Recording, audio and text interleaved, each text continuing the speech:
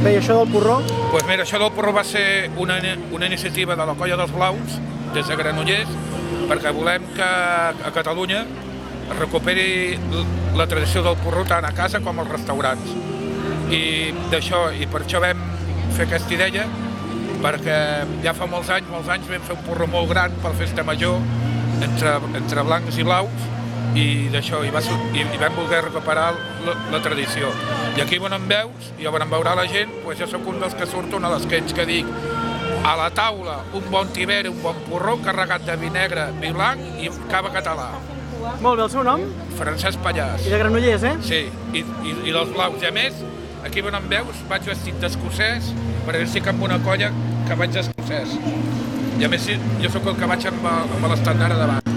Molt bé. La colla es diu Els Macago. Macago.